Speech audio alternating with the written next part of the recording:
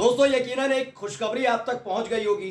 देश की महिला खिलाड़ी विनेश फोगाट ने ओलंपिक में जाकर इतिहास रच दिया है। लेकिन इसी खुशखबरी ने बड़े बड़े अंधभक्त और गोदी मीडिया के तमाम पत्रकारों की रात की नींद छीन ली है। अब कैसे सुबह उठकर वो विनेश फोगाट के नाम पर गीत गाएंगे, कैसे बताएंगे कि देश की बेटी ने बड़ा काम कर दिया है, क्योंकि ये वही विनेश फोगाट हैं जब अपने हक हकूक की आवाज उठाकर निकली थी तो मोदी सरकार के आदेश पर दिल्ली पुलिस इन्हीं को दिल्ली की सड़कों पर घसीट रही थी।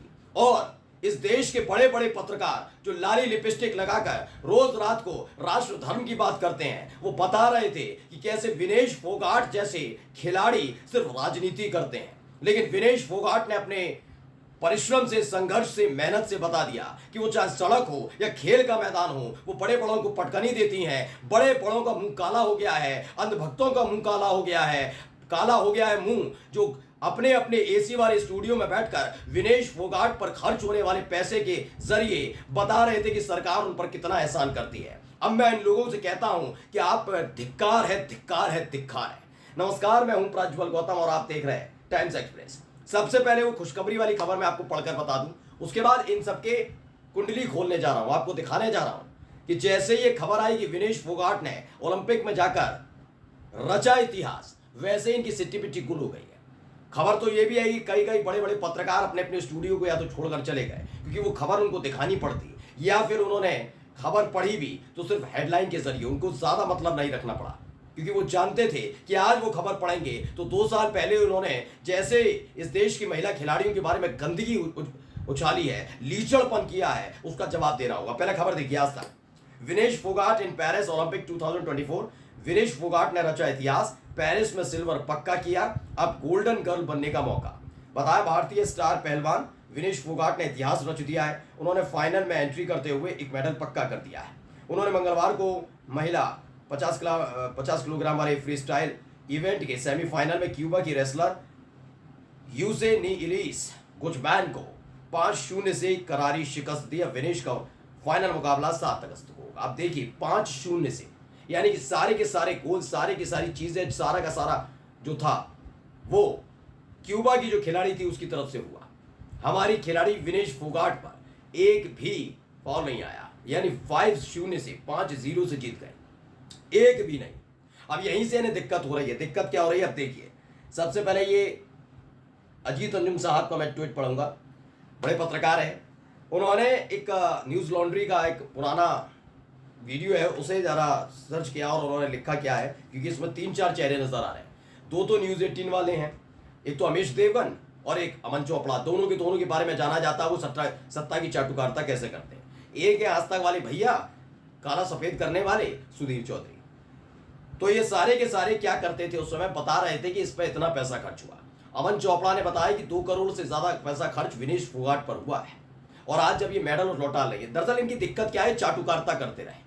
चाटुकारिता के आधार पर इन्होंने क्या किया, ये बताते रहे कि ये जो महिला खिलाड़ी आरोप लगा रही हैं ब्रजभूषण शरण सिंह पर, वो गलत है। और ब्रजभूषण शरण सिंह तो बहुत मासूम है, मतलब जांच भी नहीं होने दी, कोर्ट का फैसला भी आने नहीं दिया, उससे पहले ही इन्होंने ब्रजभूषण शरण सिंह को दे दी क्लीन चिट, और इस देश की महिला खिलाड़ियों के बारे में गंदगी उगल रहे थे। सारे के सारे मिल गए थे जब वो आंदोलन कर रही थी अपने हक के लिए कि ऐसे व्यक्ति जो उनको गलत तरीके से छूता है, शारीरिक शोषण करता है, उस व्यक्ति के साथ खड़ी थी सारी की सारी मीडिया। ये काम किया जा रहा था। सारे के सारा झुंड, गिद्ध मानता हूं मैं इन लोगों को, ये टूट पड़े थे इस देश की बेटियों पर, गंदगी उगलने का काम किया जा रहा था। एहसान गिनाया जा रहा था मोदी सरकार का, जैसे मोदी जी ने अपनी जेब से निकाल के, शाह बाबू ने अपनी जेब से निकाल कर पैसा दे दिया।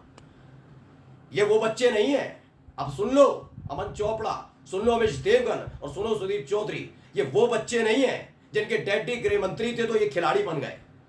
इस देश के गृह मंत्री का बेटा बिना किसी मेहनत के, बिना किसी अनुभव के, सिर्फ अपने डैडी के नाम की वजह से बीसीसीआई में हटाई, किसी से छिपा नहीं है, ये खुल्लम खुल्ला है। अजीत अंजुम लिखते हैं, विनेश फोगाट के सेमीफाइनल में पहुंचने से ऐसे मीडिया वालों का मुंह काला हुआ है। ये सब मिलकर तब कितना जहर उगल रहे थे, अब क्या कहेंगे ये सब। तो उस दौरान जब ये आरोप लगे ब्रजभूषण शरण सिंह पर, तो मोदी सरकार टेंशन में आ गई थी। सबको पता है, वैसे कहानी बताना जरूरी नहीं है, लेकिन समझा देता हूं। उस दौरान नई संसद की इमारत का उद्घाटन हुआ। मोदी जी सेल्फी ले रहे थे ब्रजभूषण शरण सिंह के साथ, कि भाई आओ आओ, नई संसद है, तुम तो बहुत होनहार हो।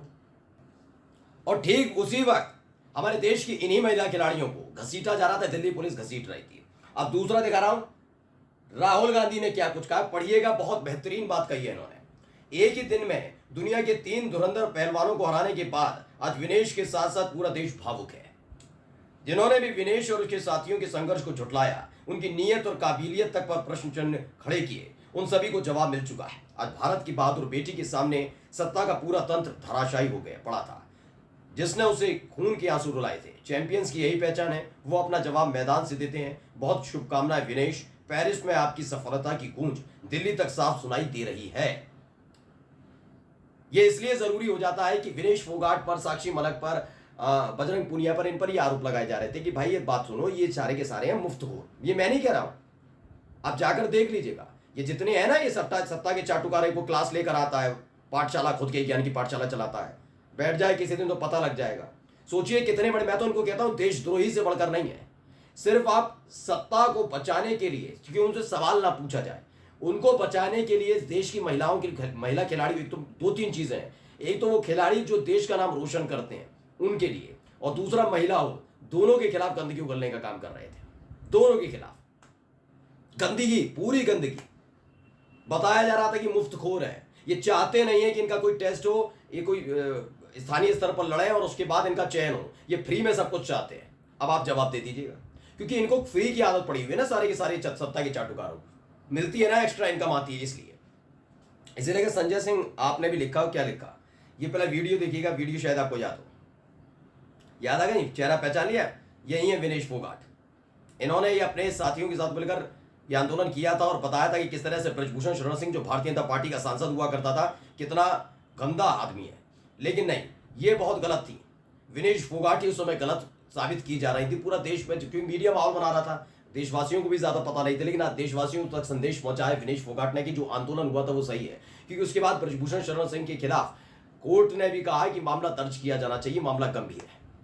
यानी मोदी के सांसद के खिलाफ खुद कोर्ट आगे आया था, ये तो चुप्पी साध कर बैठे थे। संजय सिंह आप लिखते हैं, देश की जिस बेटी को भारत की सड़कों पर पीटा गया, घसीटा गया, जिसने विदेशी धरती पर 4 बार की विश्व चैंपियन को पराजित कर भारत का परचम लहराया है। और इसे समझना होगा दोस्तों कि ये कितने गंदे और गिद्ध लोग हैं कि टूट पड़ते हैं, इनके लिए कोई मायने नहीं रखता। आज अयोध्या वाली नाबालिग बेटी के नाम पर जरूर माहौल बनाया जा रहा हो, क्योंकि वो भी सिर्फ इसलिए क्योंकि उसमें समाजवादी पार्टी के नेता पर आरोप लगाया जा रहा, आरोप है, इसीलिए सारे के सारे गिद्ध चुपके हुए हैं। लेकिन जहां जहां बीजेपी का नाम आता है, इनको सांप सूंघ जाता है। सुरेंद्र राजपूत भी क्या लिखते हैं, पढ़कर बता देता हूं। उन्होंने कहा विनेश ने इतिहास रच दिया, विनेश महिला कुश्ती में ओलंपिक के फाइनल में पहुंचने वाली पहली भारतीय महिला पहलवान बन गई है। आज सब भारतीयों की आंखों में आंसू हैं, महिला पहलवान जिंदाबाद। और ये होना भी चाहिए था। हम हमारी टीम की तरफ से, टाइम्स एक्सप्रेस की तरफ से विनेश फोगाट समेत तमाम खिलाड़ियों को, चाहे महिला खिलाड़ी हो या पुरुष खिलाड़ी हो, सबको बहुत बहुत शुभकामनाएं, बधाई। आप पर नाज है। नमस्कार।